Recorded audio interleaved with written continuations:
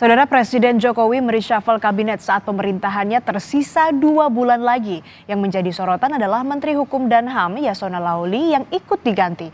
Apakah ini sebagai efek dari merenggangnya hubungan Jokowi dan PDIP? Kita akan bahas bersama dengan Direktur Eksekutif Parameter Politik Indonesia, Adi Praitno. Mas Adi, selamat pagi, apa kabar? Selamat pagi, Asri. Mas, ini Presiden kan mereshuffle kabinet. Menkumham dari PDIP Yasona Laoly dan Menteri ESDM Arifin Tasrif yang diajukan oleh PDIP untuk masuk ke kabinet juga ikut dicopot.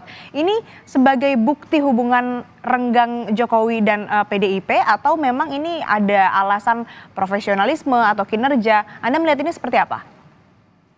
Saya kira memang tidak bisa dibantah bahwa reshuffle kabinet yang dilaksanakan pada kemarin itu sebagai upaya untuk bersih-bersih menteri dari PDIP yang saya kira memang secara politik berbeda secara diametral dengan Jokowi dan Prabowo.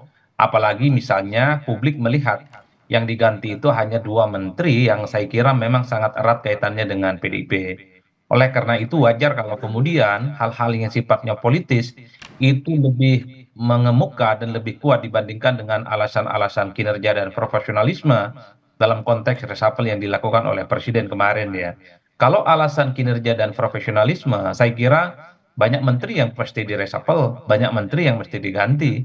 Apalagi misalnya waktu yang tersisa hanya sebatas 2,5 bulan, tentu ini tidak efektif untuk memperbaiki kinerja apapun di kementerian. Jadi oleh karena itu wajar kalau kemudian publik mensimplifikasi dan menyederhanakan bahwa reshuffle yang dilakukan kemarin adalah sebagai upaya untuk menyingkirkan PDIP dengan cara mengganti sejumlah menteri di posisi-posisi strategis. Kalau di menteri-menteri yang lain saya kira tidak terlampau strategis posisinya. Kenapa misalnya Kementerian Kumham itu diganti? Publik menengarai ini sebagai upaya untuk mengantisipasi adanya gejolak dan dinamika internal yang terjadi di partai politik ya. Di Golkar misalnya per hari ini kan juga ada dinamika yang relatif cukup serius setelah Erlangga Hartarto menyatakan mengundurkan diri dengan cara tiba-tiba. Kemudian PKB, kemudian Nasdem dan PAN juga melaksanakan suksesi pergantian ketua umum itu juga dilaksanakan pada bulan ini. Wajar kalau kemudian Kemenkumham itu dalam tanda kutip harus steril, harus memiliki warna dan napas politik yang sama dengan kekuasaan hari ini. Karena kalau Kementerian Kumham itu masih dijabat oleh kader PDIP, ya Sona Sauli, saya kira ini agak riskan.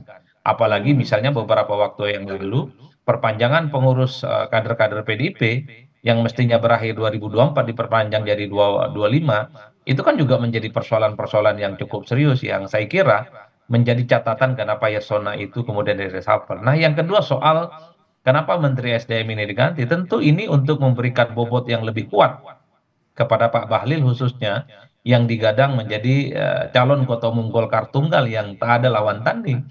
Karena ada kecenderungan rata-rata secara umum ketua umum Golkar adalah mereka yang punya posisi strategis, punya prestasi serius, dan kemudian dia punya bergen yang relatif kompetitif dibandingkan dengan yang lain.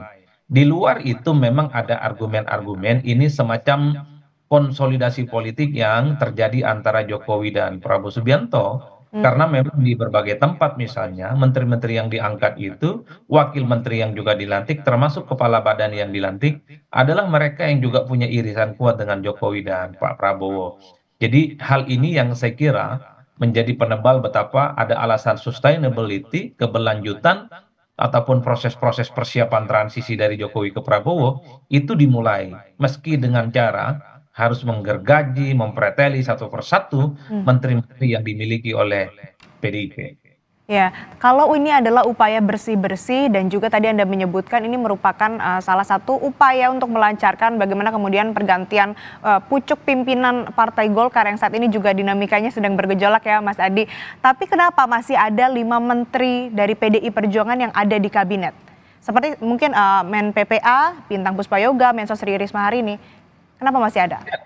Saya kira posisi-posisi menteri itu tidak terlampau seksi ya dalam konteks untuk menghadapi untuk kepentingan politik jangka pendek. Karena yang dilihat adalah bagaimana dinamika politik internal partai yang mungkin dalam bulan ini akan terjadi. Partai-partai seperti Golkar, kemudian PKB yang juga akan melaksanakan muktamar, kemudian PAN juga kongres, termasuk juga Nasdem. Ini khawatir ada gejolak-gejolak yang berpotensi menimbulkan kegaduhan dan friksi. Karena kalau terjadi kegaduhan, misalnya seperti ada dualisme atau ada partai tandingan, memang pucuk akhirnya adalah bagaimana SK di Kemenkumham yang kemudian akan menjadi pertaruhan kira-kira pengurus mana yang secara absah legitimate tentu sebagai syarat untuk mendaftarkan sebagai kandidat di pilkada serentak di 545 kabupaten kota provinsi di seluruh Indonesia. Oleh karena itu, kalau Kementerian Kumham ini masih memiliki iman politik yang sama dengan pemerintah, dijabat oleh kader PDIP seperti Pak Yasona Lawli, tentu sangat riskan. Karena keputusan yang keluar nanti tidak sejalan dengan keinginan-keinginan kekuasaan. Kan itu konteks secara umum. Mm-mm. Apa yang kemudian membuat pertanyaan, kenapa 4 atau 5 menteri yang lain tidak diganti? Saya kira posisi menteri yang dimiliki oleh PDIP sisanya itu tidak terlampau powerful, tidak terlampau signifikan, dan tak ada kaitannya dengan intensi politik jangka pendek, terutama untuk menghadapi pilkada, dan termasuk untuk bagaimana mempersiapkan proses transisi secara politik, pergantian antara Jokowi ke Mm. Prabowo Subianto.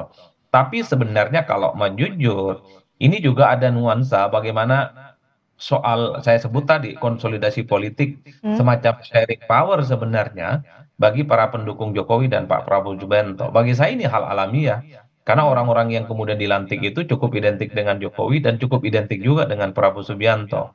Meski Mm. dalam banyak hal ini harus mengorbankan dan mempreteli sejumlah menteri yang dimiliki oleh PDIP, tapi upaya-upaya untuk mempersiapkan landasan pacu menghadapi 5 tahun yang akan datang ini yang sepertinya sedang dikonsolidasikan kemarin. Ada kemudian kepala-kepala badan yang saya kira cukup identik dengan Pak Jokowi dan identik juga dengan Prabowo Subianto.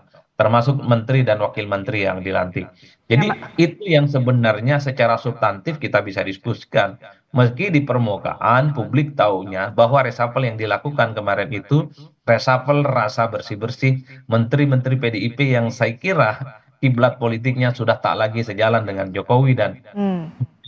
Mm. Prabowo Subianto. Ya kalau mau jujur, menteri yang lain juga banyak dong dievaluasi. Apalagi beberapa waktu yang lalu, Menteri Lingkungan Hidup juga masuk list yang akan di reshuffle. Tapi nyatanya itu tidak dilakukan. Itu tentu karena ada kompromi politik. Ada momentum politik yang sepertinya membuat kenapa Menteri Lingkungan Hidup itu tidak di reshuffle. Ya, Terutama misalnya kemesraan antara Pak Surya oke. Paloh dengan Presiden yang terjadi di IKN. Itu kan pembicaraan-pembicaraan yang mengemuka. Mm. Artinya apa? Subjektivitas terkait dengan PDIP yang bukan lagi menjadi barisan Jokowi dan bukan lagi menjadi bagian dari Prabowo, saya kira itu adalah variabel yang paling mengemuka. Ya, artinya pergantian Menteri Hukum dan HAM ini apakah juga merupakan salah satu upaya untuk memuluskan jalan Jokowi pindah partai atau kemudian menempati posisi strategis di Partai Golkar nantinya? Karena kita juga tahu bersama Mas Adi sering digadang-gadang Presiden Jokowi ini sepertinya akan menempati posisi Dewan Pembina di Partai Golkar. Ya, antisipasi terjadinya gejolak di internal partai termasuk Golkar, saya kira pasti sudah dihitung dengan adanya pergantian Kementerian Kumham yang baru ini ya. Tapi kalau pertanyaannya apakah ini terkait dengan kemungkinan Presiden jadi pengurus Golkar atau menjadi bagian dari Golkar, sebenarnya tidak sesederhana itu.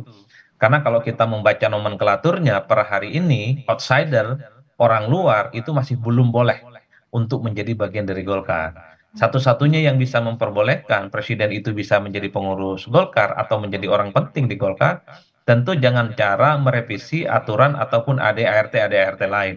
Dan itu nggak ada kaitannya dengan SK Kemenkumham. Jadi murni soal bagaimana keputusan-keputusan strategis di Munas ataupun Rakernas yang akan dilakukan oleh Golkar itu boleh tidak memasukkan unsur-unsur eksternal sebagai bagian penting menjadi mereka. Hmm, Karena apa? Golkar ini kan partai terbuka. oke. Dulu misalnya kita sulit membayangkan orang seperti Ridwan Kamil tapi tiba-tiba masuk Golkar menempati posisi strategis Ya. yaitu calon bukan calon apa namanya wakil ketua umum, posisi yang menurut saya cukup seksi ya di internal Golkar. Oleh karena itu bukan tidak mungkin kalau ADART-nya diubah, ada aturan-aturan yang direvisi dan diperbaiki, bukan tidak mungkin orang seperti Presiden Jokowi ataupun Gibran Rakabuming Raka juga akan menjadi bagian penting dalam konstelasi politik di internal Golkar. Dan itu semua tentu domain Golkar dan dalam banyak hal tak ada kaitannya dengan persoalan-persoalan yang ada di Oke. Kemenkumham. Oke, Mas Adi ini kan kemarin juga PDIP menyebutkan bahwa memang PDIP tidak akan menarik menteri-menterinya. Meskipun kita kalau lihat secara luas begitu hubungan antara Jokowi dan PDIP juga sudah merenggang. Kira-kira ini kenapa PDIP bersikeras tetap mengawal pemerintahan Jokowi sampai akhir? Ya kalau kemudian PDIP menarik semua menterinya, pastinya PDIP akan kembali dibully sebagai partai politik yang dinilai tidak punya komitmen dan kemudian mengakhiri kontrak politik ya dengan Jokowi hingga 5 tahun. Jadi sebenarnya kalau mau jujur PDIP dalam kondisi pasrah.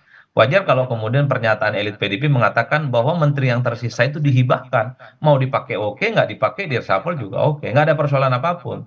Yang dikhawatirkan tentu dari PDIP itu adalah tuduhan-tuduhan bahwa PDIP marah, PDIP ngambek, dan kemudian balik badan dengan merecall semua menteri-menteri yang saat ini menjadi pembantunya Jokowi. Dan itu tidak mau sepertinya dilakukan oleh PDIP. Ini tentu bagian dari strategi komunikasi politik supaya PDIP dalam hal ini tidak disalahkan karena menarik menterinya dan dinilai tidak bertanggung jawab. Oleh karena itu, kalau mau jujur sebenarnya ada satu istilah dalam tradisi Arab yang disebut dengan laya mutu walayah ya sebenarnya ini. Para menteri PDIP tidak hidup dan tidak mati. Ada, tapi kadang keberadaannya tidak terlampau dianggap signifikan. Karena sudah dinilai memiliki warna politik dan warna hati yang berbeda dengan Jokowi dan tentu saja berbeda dengan Prabowo Subianto. Oleh karena itu, posisi pasrah, posisi menerima apa adanya adalah posisi yang dipilih oleh PDIP hari ini terkait dengan sisa 5 menteri yang saat ini masih menjabat.